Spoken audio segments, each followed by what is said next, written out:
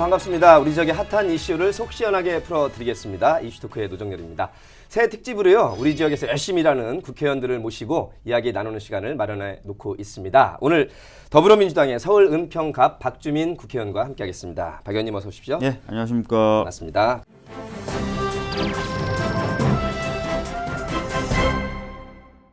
그리고 이슈토크의 반가운 얼굴, 은평 주민참여예산위원장을 역임하신 조재학 위원장과 함께합니다. 어서 오십시오. 네, 안녕하세요. 반갑습니다.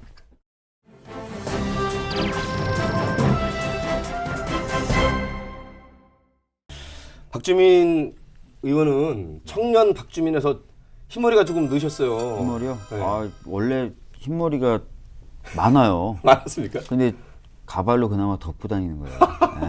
저 카메라 감독님 보시면 국회의원이신데 그 밑에 노란 나비는 어떤 의미인가요? 이건 세월호 가족분들이 직접 만들어주신 매듭이에요. 직접. 네, 그래서 나비 모양이라서 이제 세월호가 아니라고 생각하시는데 세월호 리본 그리고 모양. 뭐 손목에 주렁주렁 달고 계신 건 뭐예요? 하나는 이제 위안부 소녀상 관련된. 한번 보여주시죠. 녹색. 예. 그다음에 이게 이제 위안부 관련이시고. 노란색은 이제 세월호. 역시 예. 리멤버. 예. 요즘도 어떤 일로 이렇게 두루두루 바쁘신지 근황 좀 소개해 주세요. 사회적 참사법이 작년 연말에 통과가 돼가지고요. 그 참사법에 따른 위원회를 구성을 해야 되는 일이 있습니다. 관련된 일들을 좀 하고 있고요. 그 외에도 뭐 몇 가지 일들 하고 있습니다. 예. 잠깐 말씀하신 그 사회적 참사 특별법, 저희 뇌리 속에 정말 세월호라는 잊어서는 안 되고 하지만 정말 안전하고 행복한 나라를 가기 위한 디딤돌이었었는데요. 사회적 참사 특별법 어떤 것인지 핵심만 우리 국민들께 간단히 좀 안내해 주시죠. 예, 사회적 참사법은 가습기 살균제 피해 사건하고 세월호 참사라는 두 가지 사건에 대한 진상을 규명하고 안전 시스템을 점검하고 그다음에 피해자에 대한 지원이 제대로 이루어지고 있는지를 점검하는 특별위원회를 건설하는 것을 주된 내용으로 하고 있습니다. 네.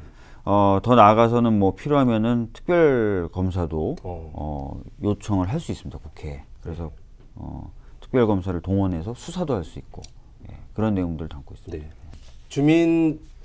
주민들께서 박주민 의원 사무실에 민원이라든가 요구사항으로 가장 많이 전화오는 그 내용이 어떤 건가요? 제가 이제 변호사다 보니까 법률 상담 관련된 게 제일 많이 들어와요. 제가 이제 국회의원한테. 주민의 날이라고 한 달에 2번 하루 종일 이제 민원 상담을 해드리는 날을 잡아서 하거든요. 한 달에 2번? 한 달에 2번. 그럼 오시는 분들이 대부분 이제 법률적인 부분을 질문하러 오시고요. 그 다음이 이제 재개발, 재건축에 관련된 이슈입니다. 그러시군요.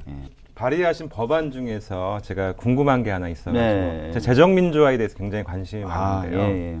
재정민주화를 위한 국민소송 법안을 발의하신 걸로 네. 알고 있는데 그 내용이 어떤 거고 혹시 어떻게 지금 처리가 되고 있는지 네. 굉장히 궁금하거든요. 사실 이제 이 국민소송은 문재인 정부의 공약사항이기도 합니다. 네. 그래서 이제 법안을 발의했는데 위법한 그 재정 집행에 대해서는 국민들이 나서서 소송을 할 수 있게 만들었어요. 근데 소송의 내용으로는 첫 번째는 위법한 재정 집행을 중지해달라는 소송을 할 수 있고 손해가 발생했을 때는 관계 공무원 등에게 손해배상을 청구할 수 있는 그다음에 부당이익을 챙긴 것이 밝혀지면 부당이익을 환수할 수 있는 소송 내용을 담고 있고요. 근데 이제 남소 즉 소송이 너무 남발되는 경우를 걱정들을 많이 하세요. 그래서 저희들은 감사원의 감사를 선행하도록 선행 조건으로 그러면 1,000명의 국민들의 연서로 감사원에 먼저 감사를 요청하면 감사원 감사를 하고 그래서 60일간의 감사 결과에 따라서 위법 사항이 발견되면 소송으로 이어지는 식으로 그렇게 처리했습니다. 네. 그 사실 국가나 공공기관의 어떤 재정 낭비 또 이런 거 굉장히 사실 심각한데 사실 별다른 견제장치가 없어서 굉장히 국민들이 안타까워하고 있는데 아무튼 그 법안이 잘 처리가 됐으면 좋겠다 그런 희망을 가져봅니다. 위원장님도 잘 아시겠지만 이 소송 제도는 참여정부 즉 노무현 대통령 때 공약사항이었어요. 그래서 많이 논의가 됐었고 근데 국가를 상대로 한 소송제는 도입이 불발되고 지방자치단체를 상대로 한 소송은 일부 도입이 됐어요. 주민소송이라고.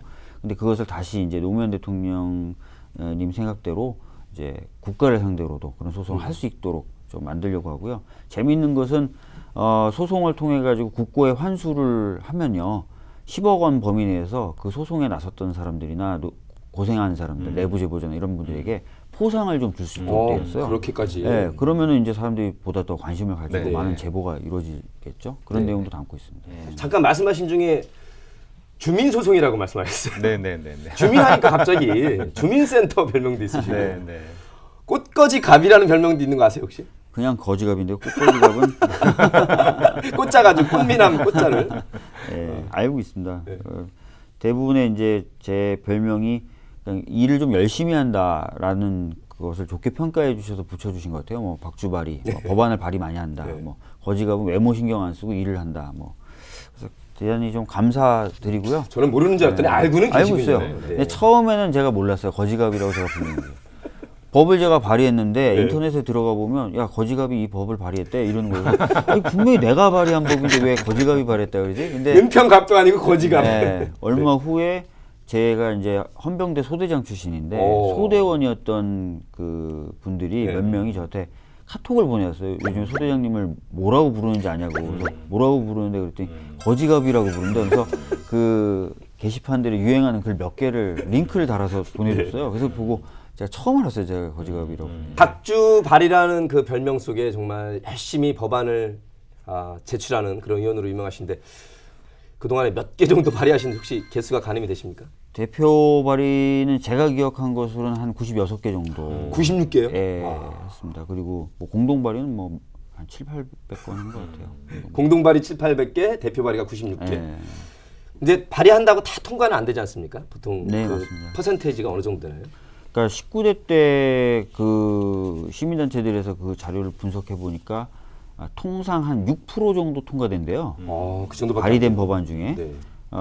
그러면은 이제 100개를 발의하면 6개를 통과시키면은 이제 평균을 하는 게 되는데 저는 현재 6개 통과됐습니다. 그렇군요. 네, 1년 반 사이 제가 6개 통과하니까 아직까지 성적은 뭐 평균을 밑돌진 않습니다. 예. 그 외에도 우병우 특별법 발음도 좀 어렵습니다. 우병우 우병우 특별법은 특검법. 특검법입니다. 네. 네. 어떤 내용을 담았죠? 그 당시에 이제 우병우 특검 관련돼서 검찰 수사가 정말 안 됐었어요. 그래서 왜 그런지 봤더니 이제 우병우 라인이라는 사람들이 법원과 검찰 다수 포진해 있다라는 생각을 가지게 됐고요. 그래서 그러면 이건 통상적인 검찰의 수사로는 안 되겠다. 특검을 해야 되겠다. 그래서 우병우 특검법을 발의했죠. 예. 그때 많은 국민들이 지지해 주셨는데 잘 안 됐어요. 네. 예. 그래도 어쨌거나 지금은 구속이 돼 있는 상태고 예, 맞습니다. 카드 결제 수수료 10,000원 이하는 제외한다는 법도 제안을 하신 거죠? 예, 정확히 얘기하면 카드 결제액이 10,000원 미만일 때는 수수료를 면제하는 네, 네. 예, 그런 내용입니다. 뭐 최저임금이 인상되니 영세 자영업자들이 굉장히 힘들 것이다. 이런 그 일각의 주장들이 일각의 있죠. 주장들이 있는데 실제 보면은 더 힘들게 만드는 게 카드 수수료, 임대료, 그다음에 가맹점 같은 경우 가맹비 같은 것들이거든요. 근데 이제 카드 수수료 같은 경우도 사실 10,000원 미만의 경우에는 얼마 안 돼요. 근데 그런 것들 꼬박꼬박 챙겨가니까 아 이건 쌓이면 큰 돈이 되니까 그거를 차라리 좀 면해주자. 그런다 하더라도 카드사들이 뭐 망하거나 그런 건 아니거든요. 예. 근데 사실 저희가 밥을 먹거나 찌개 하나 했을 때 10,000원 안쪽이 많거든요, 그죠? 6,000원짜리, 7,000원짜리를 그때 현금 내시기 굉장히 카드 내시기 굉장히 미안하잖아요. 그렇게 되는 거죠. 그래서 현금은 꼭 내게 되는데 네. 그거 그냥 없이 카드 편하게 쓰고 가게 주인분들도 이제 편하게 카드 받고 네. 이렇게 할 수도 있는 법이죠. 변호사 시절에도 네. 사회적인 약자라든가 이때 정의적인 측면에서 많이 활동을 해오셨는데 1년 반 넘게 의정 활동하시면서 가장 감회가 남달랐던 법안이라든가 어떤 활동이 있다면 어떤 게 있었어요? 뭐 2017년은 많은 국민분들도 다 다사다난했다고 평가를 하시잖아요. 근데 국가적으로도 또 참 일이 많았어요. 일단은 탄핵 제가 소추위원으로 활동을 했었습니다. 그때 화면에 참 예, 네, 박근혜 많이 야, 나왔습니다. 전 대통령. 그 다음에 이제 대선이 있어서 저도 뭐 다른 의원들과 마찬가지로 열심히 뛰었고요. 그 다음에 대선이 끝나니까 이제 러시아 특사로 가라 그래가지고 러시아 특사로 가서 제가 외교 무대에 처음 러시아 무대에 어울리십니다. 예. 왠지. 러시아인들이 기억이 있고요. 예. 또 이제 연말에는 방금 말씀해 주셨던 그 사회적 참사법 통과가 돼가지고 좀 숙제 하나를 좀 던 듯한 느낌을 받죠. 그래서 작년에는 좀 정신이 없었습니다. 네. 예.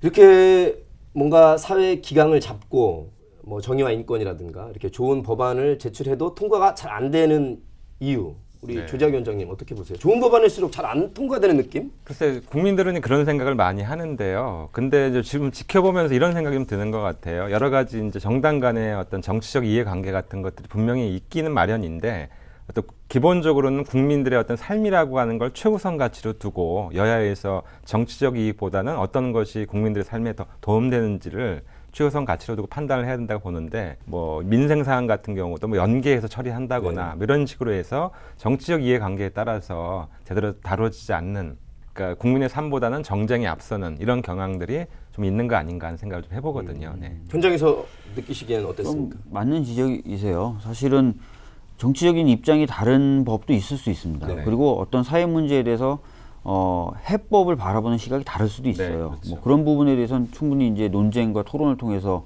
처리해야 되다 보니까 시간이 좀 걸리는 건 어쩔 수 없다고 치더라도 민생과 관련된 그래 정치적 쟁점도 아닌 것들도 처리 못하는 경우가 많거든요. 네. 대표적으로 최근에 이제 제천 화재 참사가 있었지만 미리 좀 통과됐으면 참 좋았을 법들이 많았거든요. 그런 거는 사실 쟁점이 되는 법도 아니고요. 그렇죠. 이런 게 좀 통과 안 되고 있는 장면을 보면 저도 답답하죠. 네. 네. 뭐 국민들께서 이제 조금 더 가늠해 주시고 옥석을 가릴 줄 아는 국민의 좀 매서운 눈초리가 있다면 이런 민생 법안들은 잘 통과가 되지 않을까 올해 더 기대를 해보겠습니다. 요즘 뭐 대한민국 특히 은평을 중심으로일까요? 중심. 서울 전체 집값 어떻게 보십니까? 아, 집값의 은평이 중심은 아니고요. 아닙니까? 그러니까 작년에 이제 문재인 정부에서 8.2 부동산 대책을 이제 발표하고 시행하면서 집값 안정화를 기대를 많이 했는데 네. 이제 안타깝게도 특히 이제 서울의 강남 4구를 중심으로 해서는 부동산 가격이 좀 폭등을 하고 있고 네. 반면에 이제 뭐 충남, 경북, 경남 이런 이제 지역 같은 경우는 부동산 값이 이제 많이 내려가는 이런 불안정 상황을 보이고 있는데 네. 이런 시장 변동 상황에 따라 가지고 서울 곳곳에 지금 재개발이 다시 좀 추진이 되고 있고 은평구 같은 경우도 새롭게 급진척이 되고 있는 그런 현상들이 좀 있는 것 같습니다. 네. 네. 직접 의원님이 오셨으니까 도시재생사업 은평 어떻게 진행이 되고 있습니까? 네, 방금 말씀하셨던 것처럼 은평은 다른 지역에 비하면 이제 도시 재생에 관련돼서는 선도적인 예, 예. 위치를 점하고 있어요. 뭐 김우영 구청장님을 위시해서 구의원분들이나 시의원분들도 역시 굉장히 관심이 많고요. 네. 그래서 지금 보면 뭐 산세마을이나 뭐 산골마을 이런 데도 지금 도시재생 사업이 진행이 됐었고 편백마을, 그 다음에 응암동 같은 경우 지금 다래마을 같은 경우가 도시재생 사업으로 지정해달라라고 신청을 한 상태입니다. 네. 그러니까 나름 좀 특색 있게 잘 진행이 되고 있는데 약간 만약에 제가 욕심을 부린다면 그러니까 마을 공동체와 마을을 살리는 것에 더해서 저층형 주거재생 모델이라는 것들이 있거든요. 네. 그런 게 좀 결합이 돼서 주거도 같이 개선되는 그런 것들을 좀 꿈꾸고 있거든요. 그래서 저 같은 경우에 작년에 이제 구청과 함께 저층형 주거재생 모델 설명회도 열고 또 지금 도시재생하는 곳에 제가 찾아가서 저층형 주거재생 모델에 대해서 말씀도 좀 드리고 그러고 있거든요. 조금만 그런 게 결합이 되면 누가 봐도 좀 더 좋은 도시재생 사업이 되지 않을까. 깜짝 놀랐어요. 죽어도 같이 살자라는 말인 줄 알고 네. 네. 죽어도 죽어도 같이 잘해보자는 얘기인데 주거형 저층형 주거재생 모델. 그 어떤 것인지 잠깐 좀 설명해 그러니까 주세요. 지금까지의 도시재생은 주로 마을과 마을 공동체를 복원하고 다시 살리는 데 집중이 좀 돼 있습니다. 그래서 네. 마을 주민들이 함께 쓸 수 있는 뭐 공동의 어떤 시설을 만든다든지 주차장 같은 거 정비한다든지 도로를 정비한다든지 이런 것에 좀 많이 방점이 찍혀 있습니다. 당연히 필요한 건데 네. 개별적인 주거, 집 이런 것들을 사실 바꿔주는 것에 대해서는 그동안 좀 많이 신경을 못 썼던 네. 부분이 있어요. 근데 이제 저층형 주거재생 모델은 뭐냐면 대단지를 밀어버리고 고층에 아파트를 짓는 게 아니라 네. 한 두세 집만 합의를 해도 거기를 여러 가지 다양한 모델로 네. 저층형, 그러니까 4층 이하죠. 네. 그러니까 만들어주는 모델들이 있거든요. 그러니까 그런 것들과 결합을 좀 시키면 마을도 전체적으로 바뀌지만 오래된 집들도 좀 새로운 집으로 아름다운 예쁜 집으로 바뀌면서 전체적으로 마을 분위기가 더 좋아지고 주민분들도 살고 지내기가 훨씬 더 좋은 그런 모델이 되지 않을까 고민하고 있다는 혹시 뜻입니다. 해외나 우리나라 사례에서 그와 유사한 사례가 성공적으로 정착된 게 있나요? 지금 열심히 좀 SH 같은 데서 홍보를 하고 다니는데 네. 사업이 실제로 진행되는 곳은 많지는 않습니다. 그렇군요. 예, 제가 알기로 근데 흑석동 쪽인가요? 그쪽에 좀 진행되고 동작구의 있는- 흑석동. 예, 네. 진행되고 있는 것으로 제가 알고 있습니다. 은평만의 독특한 색깔 잘 살려가지고 추진되고 있는 곳도 있죠. 이름이 수색동 도시 재개발이라고 해야 될까요? 어떻게 진행되고 있는지 혹시? 수색동 쪽에는 이제 전반적으로 도시 재건축 재개발이 진행되고 있고요. 네. 근데 뭐 재건축이나 재개발이 풀린 곳을 중심으로 뭐 도시재생 사업으로 가는 것들을 고민하고 있는 지역도 있고 다양하게 지금 진행은 되고 있습니다. 근데 저는 사실 수색동 쪽에 좀 말씀을 드리면은 재개발이 이루어지면서 이제 그곳을 떠나야만 되는 주민분들이 참 많죠. 많아요. 네. 수색 증산이 특히 많습니다. 네. 그래서 어떤 색깔을 잘 살리는 것도 중요하지만 주민분들이 좀 더 거기에 거주하실 수 있는 형태로 재건축이나 재개발이 이루어졌으면 하는데 참 그 부분은 어렵더라고요. 네. 답답하고. 예. 어떻게 박원순 시장님도 면밀하게 이렇게 관심을 가지는 사안일 텐데 어떻게 좀 나은 방향으로 지금 걱정하는 부분을 해소할 수 있는 방안이 없을까요?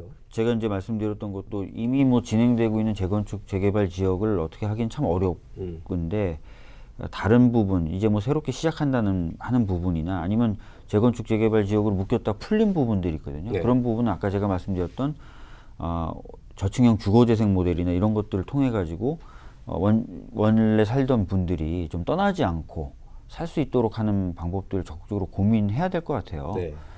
SH공사도 사실 그런 취지로 사업 방향을 좀 바꾸려고 그러고 서울시도 그런 쪽에 좀 관심이 많거든요. 네. 그러니까 그런 부분에 대해서도 혹시 이 방송 보시는 분들이 좀 더 관심을 가져주셨으면 좋겠습니다. 네. 조재학 위원장님은 뭐 주민의 한 분으로서 지금 말씀하신 전체를 다시 다 부순 다음에 새로 짓고 대규모로 이렇게 진행이 되는 거 어떻게 보세요? 뭐 필요에 따라서 그럴 수도 있다고 저는 보긴 하는데요. 네. 근데 무엇보다도 원래 살고 있는 주민들 그리고 특히 서민들의 어떤 주거 안정 또 주거 삶의 질의 개선이라고 하는 걸 초점으로 해서 어떤 일이 진행되는 게 필요한데 현재 재개발 재건축 방식은 많은 이익들이 어떤 개발 회사라든가 업자들한테 가는 경우들이 많이 있고 원래 원주민들은 아까 얘기하신 대로 사실상 쫓겨나는 결과들이 많이 있는데 그런 면에서 보자면은 원래 살고 있는 주민들의 어떤 주거의 삶의 질을 개선할 수 있는 도시재생이라고 하는 것이 더 많이 보편화되고 개발돼야 되지 않겠는가 하는 생각을 해봅니다. 네, 조금씩 개선이라도 이루어지기를 진심으로 바라보고요.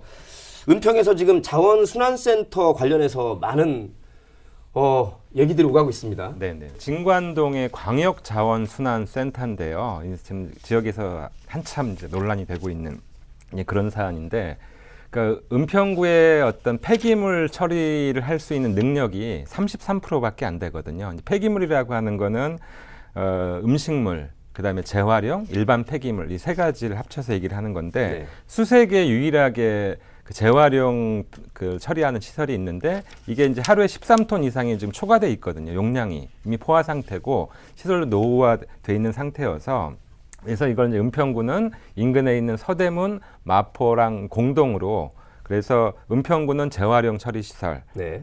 서대문은 음식물, 그 다음에 마포는 일반 폐기물 이렇게 해가지고 공동으로 서로 이용하는 광역자원순환센터를 총 300톤 규모, 305톤 규모 정도로 건립할 예정인데 네. 여기에 대해서 이제 진관동이나 인근에 이제 고양시에 있는 주민들이 이제 거주 지역이랑 너무 가깝다.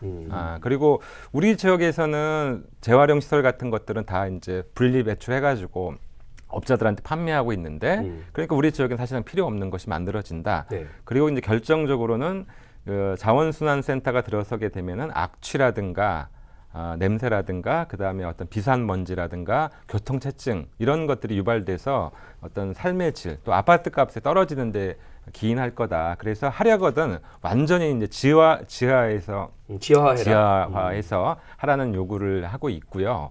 근데 이제 은평구청에서는 이제 이렇게 얘기를 하는 거죠. 반지하로 돔 구조로 하기 때문에 네. 주민들이 우려하는 바처럼 피해가 크지 않을 거고 그 다음에 지금과 같은 어떤 은평구의 음식물 쓰레기를 포함해서 재활용 쓰레기를 포함해서 이 처리 능력으로 볼 때는 막대한 이제 외부로 어떤 예산을 지출해야 되는 것도 발생하고 잘못하다가는 쓰레기 대란이 발생을 할 거다. 네. 그래서 이제 완전 지화를 해나가는데 지금 현재 확보된 거는 498억 정도 예산이 있는데 한 250억 정도가 더 필요하다는 완전 거거든요. 지하를 하려면 그런데 이제 정부의 경제 타당성 조사에서는 네. 경제성이 없는 걸로 나와서. 나와서 참 이거 이러지도 못하고 저러지도 못하고 하긴 해야 되는데 고민하는 상황으로 알고 있습니다. 박 의원님도 이 사안 관심 있게 보실 텐데 주민들의 의견은 일단 반대도 있고요. 네네. 하려면 지하를 해라. 완전히 근데 현실적인 지금 예산은 상당히 많이 소요가 되고요. 네. 부족한 예산을 더 확보를 해보려고 좀 더 노력을 하겠다는 말씀 우선 좀 드리고요. 굉장히 필요한 시설이지만 또 주변 주민분들에게 일방적 희생을 강요할 수는 없지 않습니까? 그렇죠. 네. 그래서 필요한 예산을 좀 조속히 확보할 수 있도록 노력을 하도록 하겠습니다. 강병원 의원하고 같이 좀 힘을 합쳐서 노력을 하겠습니다. 예. 그러니까 은평 갑을이 우리 저 40대 네. 젊은 의원들께서 네. 지금 열심히 한번 의기투합해 주시길 바라겠습니다. 가장 중요한 게 이제 합리성과 주민들의 요구 두 가지를 가장 잘 절충하는 것이 가장 모든 사안들의 중심일 것 그렇죠. 같은데 그러면 지화해서 잘 성공적으로 정착된 사례도 있나요? 대표적으로 동대문에 있는 환경자원센터하고 네. 하남시에 있는 유니온파크 예를 들 수 있는데요. 폐기물 처리 시설을 완전히 이제 지하에서 종합적인 폐기물 시설을 처리를 하고 있는데, 그러니까 첨단 탈취, 그다음에 폐수 시설 장비를 갖추고 있고 네. 지상에는 공원이라든가 운동시설, 물놀이장 같은 것들을 이제 주민들의 편의시설 만들어 가지고 초기에는 반대도 있었지만은 지금은 지역의 어떤 랜드마크로서 굉장히 좋은 주민들한테 평가를 받고 있고 여러 지역에서 어떤 벤치마킹한 대상이 되고 있기도 합니다. 네. 꼭 필요한 시설인데 주민들의 반대가 반이 넘고 커질 때 이때 이제 이해 조정을 하는 역할이 지자체장들과 우리 국회의원님들이실 텐데 어쨌든 주민들의 피해가 최소화될 수 있도록 합리적인 네. 방안을 좀 마련해 주시기 예. 바라겠습니다. 그리고 뭐 제가 이제 뭐 강정이라든지 평택 미군기 이전 현장에 가봤을 때 느꼈던 건데 밀양 송전탑 네. 때도 그렇고 지역 주민들의 이야기를 많이 듣는 게 굉장히 중요합니다. 네네네. 그걸 안 듣고 오히려 하니까. 하니까 분쟁이라든지 이런 것들이 더 커지는 경향이 있었거든요.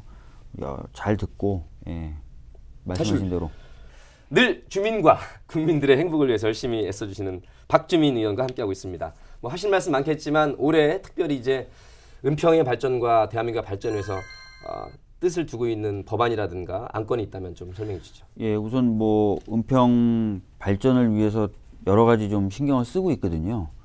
다 아시겠지만 은평세무서가 올해 새로 생깁니다. 잘 건립될 수 있도록 어제도 이제 준비 추진단장하고 면담을 했었거든요. 네. 차질 없이 갈 수 있도록 계속 신경을 쓸 것이고요. 그 외에도 뭐 그 수색 변전소 부지 지중화나 상암 DMC역 주변 개발 계획 좀 더 속도를 내려고 지금 다들 하고 있습니다. 네. 역시 차질 없이 진행되도록 노력하겠습니다. 그리고 뭐 법률이나 이런 어떤 의정 활동 측면에서는 저는 올해 개헌도 아마 있을 거고 그렇기 때문에 좀 더 국민분들의 기본권이 존중되고 정말 민주주의가 정착되는 그런 개헌 또는 필요한 법률 제정을 위해서 열심히 노력하겠다는 말씀드리겠습니다. 네. 네, 2018년 황금 개띠에 정말 발에 땀나도록 열심히 애써주시길 바라고요. 오늘 한 줄로 정리할 차례가 됐습니다. 늘 주민 또 국민을 위해서 애써주시는 박주민 의원께 나에게 있어서의 발의란? 국회의원의 의무와 역할 중에 가장 중요한 것 이렇게 말씀드릴 수 있을 것 같습니다. 진짜 한 줄로 정리해 주셨네요. 은혜로운 평화의 땅 얼마나 좋습니까? 이 은평의 그 이름처럼 대한민국 전체가 행복하고 또 안전하고 즐거운 한 해가 되기를 진심으로 소망해 봅니다. 다음 시간에도 우리 지역의 핫한 이슈를 속 시원하게 풀어드리겠습니다. 함께해 주신 여러분 고맙습니다.